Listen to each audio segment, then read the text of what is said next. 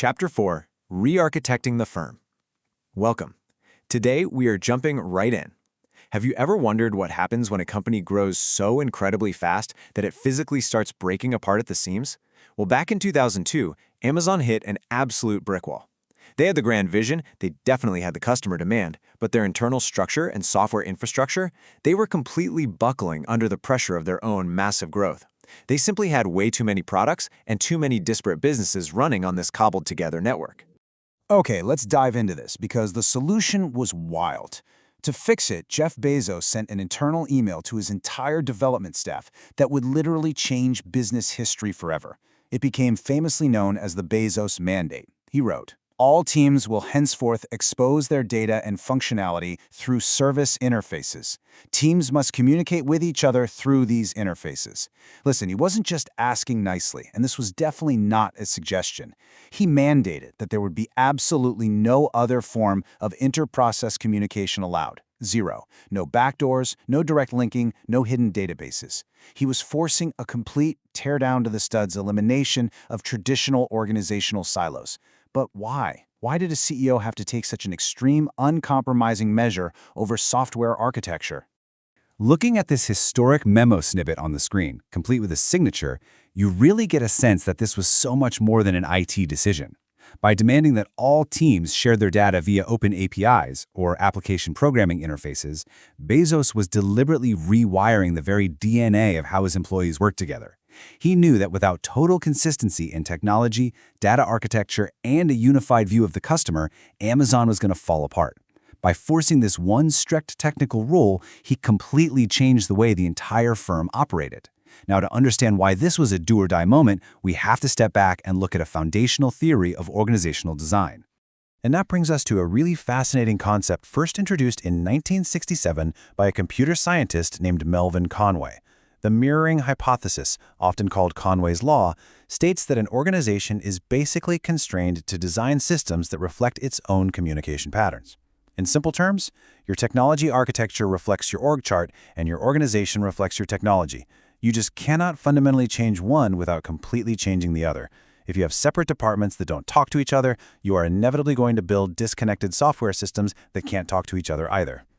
And that mutual reflection creates a massive, hidden trap called architectural inertia. See, as established companies get really good at doing things a certain way over decades, their routines become deeply embedded in both their tech and their human processes. They build distinct ways of operating that are heavily reinforced by incentives and performance metrics. Over time, these legacy setups create immense resistance to change. It becomes incredibly difficult for traditional, established firms to organize work in new, agile, digital ways because they are physically and culturally chained to their old architecture. And this brilliantly illustrates exactly what we're talking about.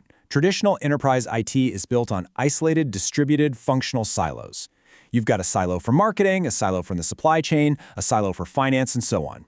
While this kind of compartmentalization might have driven efficiency back in the 20th century, today, it severely fragments your data. When your data is trapped like this, integrating it is a horrifically complicated, unreliable, and expensive nightmare. And if you can't aggregate your data seamlessly, it is literally impossible to unleash the true power of analytics and artificial intelligence. Because we organize like the previous slide, our growth is physically capped like this. A traditional firm's ability to deliver value faces a brutal curve of diminishing returns. As the organization expands, its sheer complexity outpaces its capacity. Bureaucracy sets in, lines get longer, and quality drops. The more the firm grows, the harder it is to manage. Eventually, a traditional business hits a ceiling where adding more people or more software doesn't create more value. It just creates more chaos. Bezos saw this exact curve approaching fast, and he realized Amazon needed a radical way to break through that ceiling. But look, re-architecting a massive firm isn't some overnight magic trick, right? It is a grueling, highly deliberate evolution that takes years. Amazon actually started in the late 90s with a monolithic system called Obidos. It was successful at first, but it quickly became clunky and started collapsing under the pressure of scale. Then came the 2002 API mandate, which forced that massive organizational shift. By 2006, they transitioned to a much more modular platform called Grupa and concurrently launched Amazon Web Services.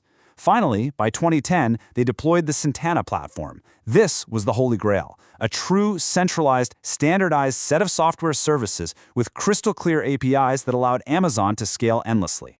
Now, what's really interesting about this slide is the direct correlation between this deliberate architectural overhaul and Amazon's explosive market value. Just look at that dramatic curve. As they painstakingly moved away from that monolithic Obidos system and fully deployed the highly modular, AI-ready Santana platform, their stock price and operational scale absolutely skyrocketed. They didn't just buy some off-the-shelf software, they fundamentally transformed their operating architecture from the ground up, allowing them to expand into totally different businesses seamlessly. So how can other companies actually achieve this kind of transformation? Well, the blueprint essentially lays out 3 exact steps to build an AI-driven operating model. Step 1, build a unified data platform to aggregate all your scattered information into one accessible place. Step 2, enforce open APIs, exactly like Bezos did, to ensure clean, consistent, and completely secure sharing of that data across the entire firm. And Step 3, deploy agile modules and teams. You have to remove the rigid top-down hierarchy and empower small teams to build and innovate dynamically right on top of that shared data foundation. This fundamentally changes the human element of the firm. Just contrast a rigid traditional team, often structured as a TIM traditional, which relies on isolated data and painfully slow communication channels, with Amazon's revolutionary approach, 2 pizza teams. Bezos decreed that to cut down on pointless meetings and bureaucracy, no single team should be larger than what 2 pizzas can feed. These 2 pizza teams are incredibly agile, highly modular, and possess unified access to the company's central data.